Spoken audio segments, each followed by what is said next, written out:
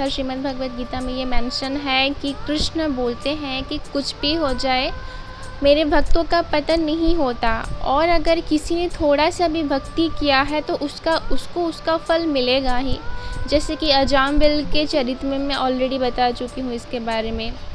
And इसके साथ और भी बहुत सारे डिवोटी हैं जो कि पहले वक्त किए थे। जड़ भरत जो हैं उनका पिछले जन्म का भक्ति का परिणाम उनको मिला था। ऐसे बहुत सारे भक्त हैं। कृष्णा ये दावा करते हैं कि जो मेरा भक्त है, जो मेरी भक्ति करता है, वो मतलब विचलित हो सकता है, थोड़ा सा माया देवी के संस्पर्श में आकर विचलित हो सकता है, पर उसका पतन नहीं हो सकता।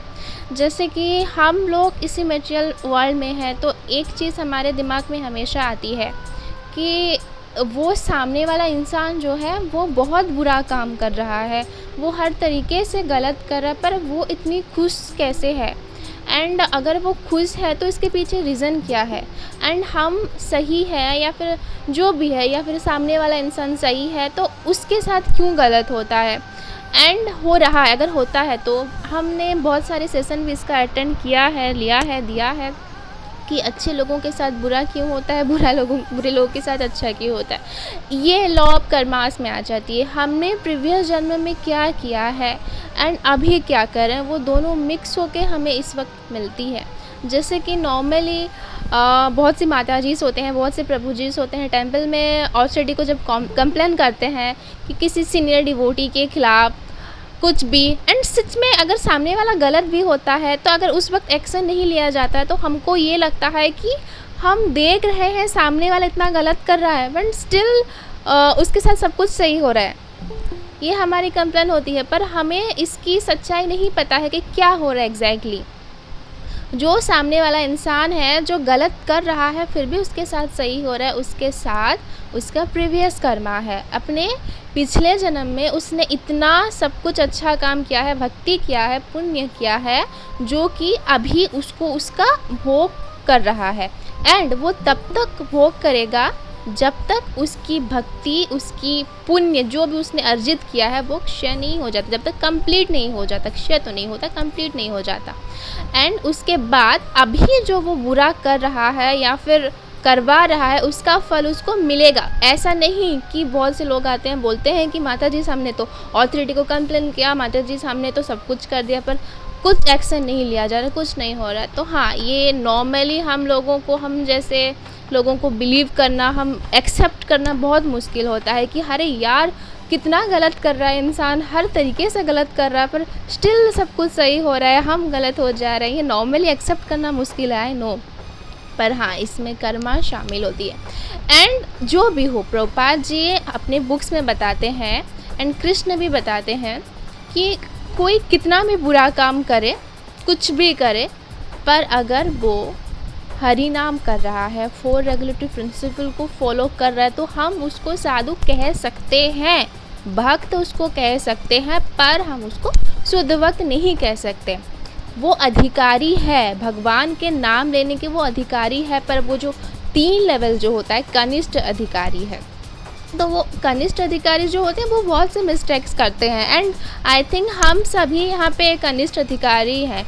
एंड जैसे कि हम लोगों के जो ब्रह्मचारी, सच्चे ब्रह्मचारी होते हैं, महाराज लोग होते हैं, वो लोग मध्यम अधिकारी हैं। एक्चुअली उनका लेवल मध्यम अधिकारी तक नहीं, वो उत्तम अधिकारी हैं, पर प्रभुपाद जी भी उत्तम अधिकारी ही थे, पर प्रीचिंग करने के लिए उन्होंने अपने स्तर को गिराया है, वो मध्यम अधिकारी बने।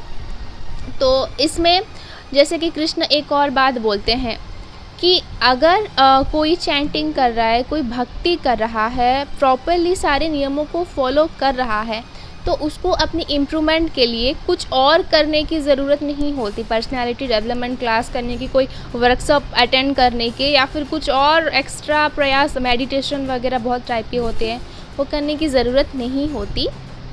एक और चीज़ जो कि साइंटिफिकली भी प्रूफ है, जब हम हरे कृष्ण महामंत्र जपा करते हैं, हरे कृष्णा कृष्ण कृष्ण हरे हरे, हरे राम राम राम हरे हरे, तो ये जो मंत्र है हमारे जितने भी चक्रा है, ठीक है, यहाँ पे हमारा जितनी भी चक्रा है, उसी चक्र में जो वर्ड आता है, जैसे कि ओम, हम, रम, यम, ये मंत्रास होते हैं, हमारे चक्रा के मंत्रास होते हैं।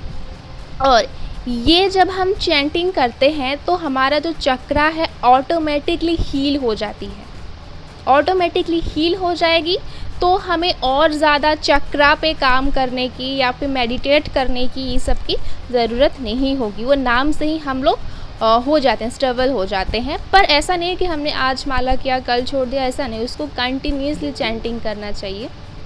ओके, एंड इसके साथ ये है कि कोई भी मंत्र हो, चाहे वो महामंत्र हो या फिर नॉर्मल मंत्र हो, जैसे कि हर एक देवी देवता की पर्सनल एक बीज मंत्र होता है, वो तभी एक्टिव होते हैं जब हम उसको रेगुलरली चैंटिंग करते हैं।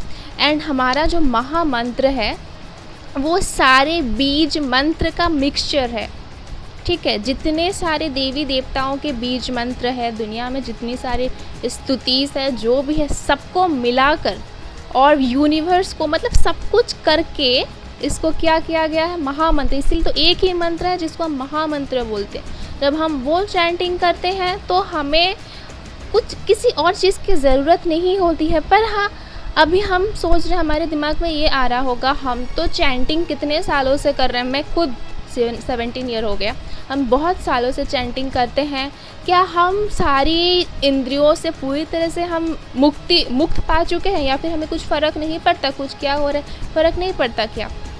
इसका जवाब ये है कि हम चैंटिंग करते हैं, हम ब्रह्म मुहूर्त में उठते हैं, हम सारे नियम को फॉलो करते हैं अच्छे से, मतलब सब कुछ प्रीचिंग भी कर रहे हैं, सब अच्छा कर रहे हैं। पर क्या हम जो चैंट करने बैठते हैं सुबह, उसी टाइम पे क्या सिर्फ हम भगवान और हमारा कन्वर्सेशन सिर्फ हो रहा है भगवान के साथ, हम बात कर रहे हैं, भगवान सुन रहे हैं, या फिर भगवान के संदेश को हम सुन रहे हैं, क्या उस लेवल में हो रहा है? या फिर हम माला पकड़े तो दुनिया भर की चिंता हमारे दिमाग में आती है, ये क्यों हुआ, इसके साथ ये क्यों हुआ, उसके साथ वो क्यों हुआ, माला के टाइम हाँ फ़ोन में क्या क्या मैसेज आए, ये सब होता है क्या? देखो, नॉर्मली अगर हम एक नॉर्मल से इंसान है ना, जैसे कि आप मेरे से बात करो, मैं आपके साथ बात कर रही हूँ, तो हमको अच्छा फीलिंग नहीं आएगा तब जब कोई हमारे साथ बात करता है और किसी और के प्रति उसका ध्यान है, या फिर कोई फ़ोन पे चैटिंग करते हुए हमसे बात करता है, या फिर कोई फ़ोन पे ऐसे फ़ोन रख के बात कर रहा है, कान पे फ़ोन रख के बात कर रहा है, तो हमें अच्छा नहीं लगता ना।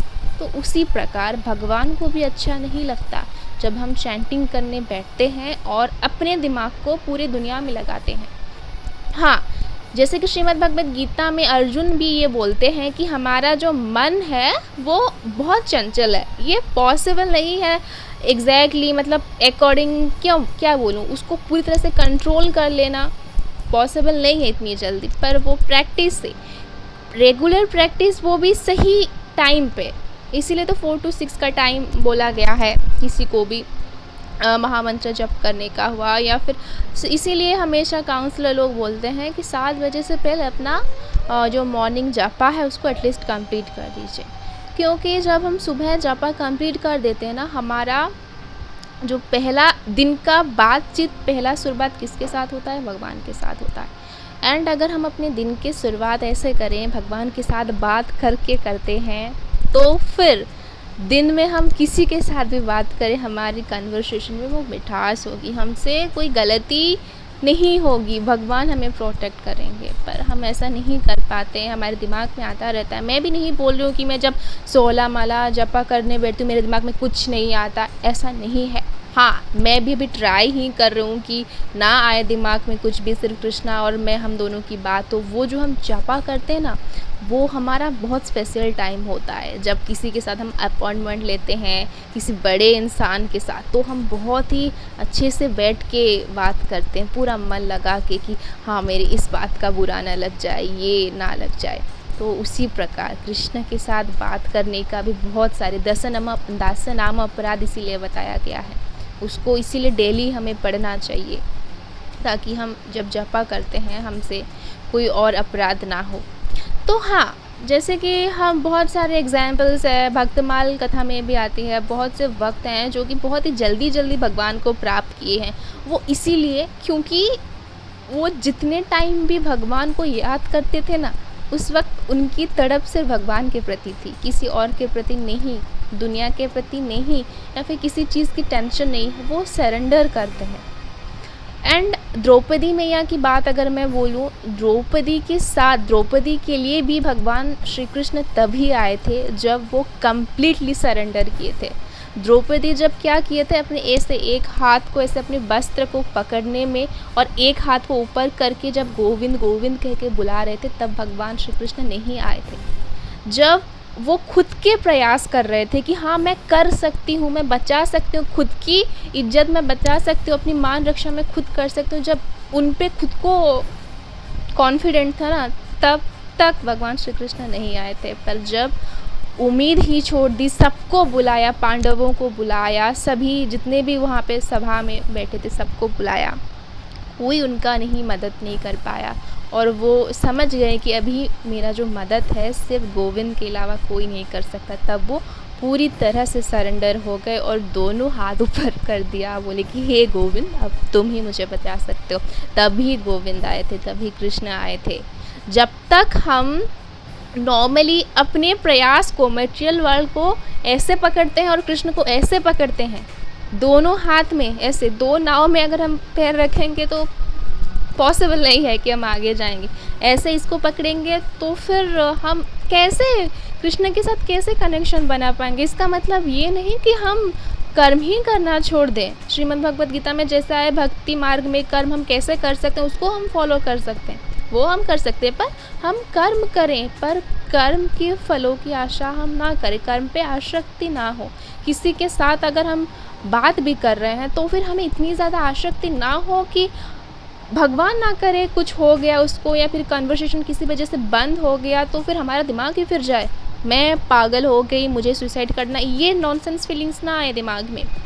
आती है, बहुत लोगों के दिमाग में आती है, ऐसा नहीं कि डिवोटीज़ भी बहुत से होते हैं उनके दिमाग में भी आती है, ऐसा नहीं कि नहीं आता। क्योंकि मैं बोली ना, हम लोग यहाँ पे मटेरियल वर्ल्ड में हैं, और अगर हम यहाँ पे हैं, कुछ ना कुछ तो इफ़ेक्ट तो पड़ेगी ही। उन लोगों को ज़्यादा इफ़ेक्ट नहीं पड़ती जो लोग मतलब 100% 90% तक अपने नियम को फॉलो करते हैं। 100% तो नहीं बोल सकती, जो भी, तो उन पे ही ये इफ़ेक्ट नहीं पड़ती, बाकी सब पे इफ़ेक्ट पड़ती है। तो हाँ, इसमें इतना ही है कि हम जब पूरी तरह से भगवान श्री कृष्ण को सरेंडर करते हैं, तब हमारा क्या होगा, हम क्या करेंगे, हमें क्या करना चाहिए, हमें कैसे गाइडेंस मिलेगी, हमारे लिए क्या अच्छा होगा, किस वक्त हमें क्या करना चाहिए, आपका पूरा का पूरा टाइम टेबल भगवान श्री कृष्ण बनाकर रेडी करके रखेंगे, और बस हमें वैसा करना है।